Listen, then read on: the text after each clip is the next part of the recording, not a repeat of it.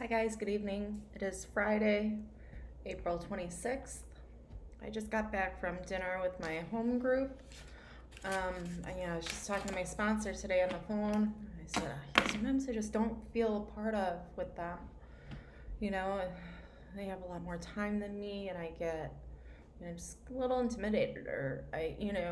We as alcoholics, we're selfish and self centered, right? We like to think that everything is about us. So I said, I feel like it's cliquey and that I'm just not part of. She said, well, what are you contributing to the group? You're talking about the group's not giving enough to you, but what are you giving to the group? And that really made me think, and what am I giving to the group? Not just a service position holding the door open, but how am I involved in these people's lives? Where am I making the effort? And after our Friday night meeting, we try to go to dinner together. And I haven't been there a lot lately, and this last month it's gotten a lot better. But before that, I was consumed with other distractions. And I went out to dinner and it was as good a time as any. And I have to remember, it's a relationship is a two-way street. You know, I need to put in as much as I expect to get out. So that's my theme for tonight. You are a badass. Love is the undisputed heavyweight champion of the world. Love beats the crap out of fear, hate, jealousy, worry, insecurity, irritation, grouchiness. It is stronger than all of them. If we all just spent our days focusing on strengthening our love muscles, they're trying to say, Lord, the changes we'd see. Laud, it says Laud. Laud, the changes we see. It's like 1920s talk. I don't know. I don't understand that language. But this is really cool. Love beats the crap out of fear, hate, jealousy, worry, insecurity, irritation, grouchiness. And it does. When we try to find a little bit more compassion, a little bit of love in our hearts, it wins. Love often wins. So that's what I'm going to do today. I'm going to strengthen my love muscle.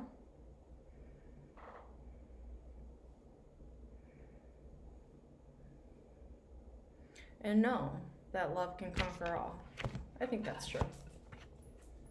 Tonight was anniversary night. We had one gentleman fly in from Boston, from Mass, and he was telling us about his God story. And he found this little baby bird, and its wing or its leg or something was broken.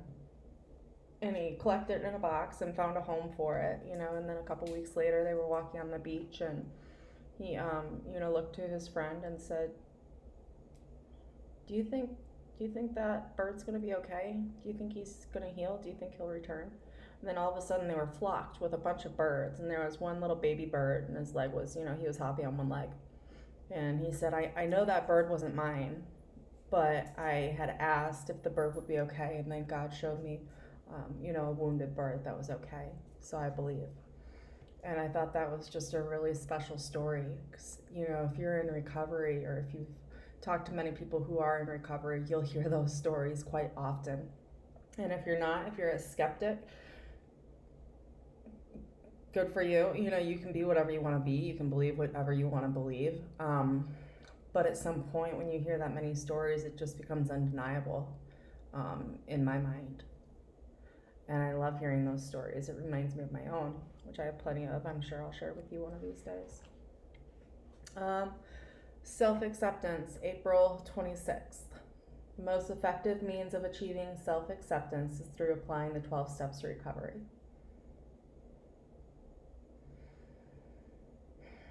Most of us came in without much self-acceptance. We looked at the havoc we wreaked in our active addiction, and we loathed ourselves.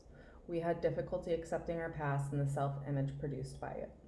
Self-acceptance comes more quickly when we first accept that we have a disease called addiction, because it's easier to accept ourselves as sick people than as bad people. And the easier it is to accept ourselves, the easier it becomes to accept responsibility for ourselves. We achieve self-acceptance through the process of ongoing recovery. Working the 12 steps of AA teaches us to accept ourselves and our lives. Spiritual principles like surrender, honesty, faith, and humility help relieve us the burden of our past mistakes. Our attitude changes with the application of these principles in our daily lives.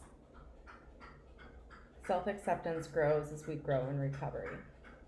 Just for today, self-acceptance is a process set in motion.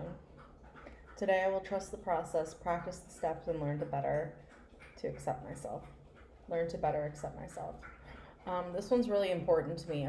I think you guys heard me say in a past video, the only thing that I hope for my sponsees or for myself or anyone I come into contact with is unconditional self-acceptance. And I say that because I don't, self-acceptance is a totality, right? It's everything. I accept my flaws and I accept my strengths.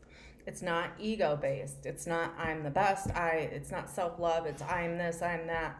It's accepting, again, the whole picture. My past actions, my current actions, my future actions. Accepting my mistakes, accepting what I've learned from them.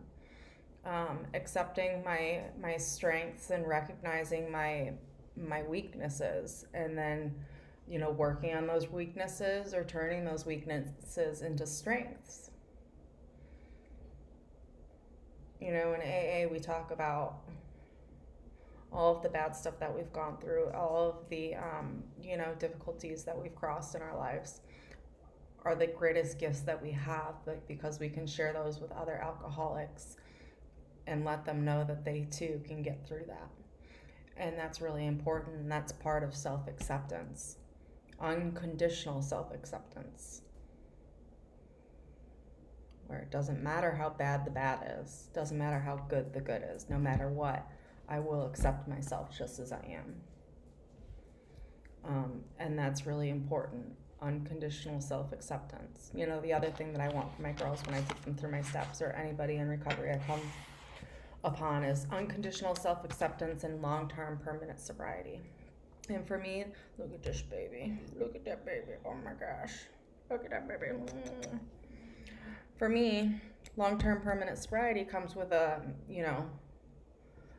one step at a time, right? One day at a time. It's a daily medication. They talk about the disease of alcoholism, the disease of addiction. That's exactly what it is. It's dis-ease. It's dis-ease within myself. It's dis-ease within the universe in relation to me. So every day I take safeguards, I take action to make sure that day I am in ease with the universe. I'm as one with my creator. And that's how I fight this thing. Because if I were to look at it at the big scale, what about in 50 years? There's no way. There's no way. There's just no way. There's just no way. So today I'm practicing unconditional self-acceptance, and that love will conquer all.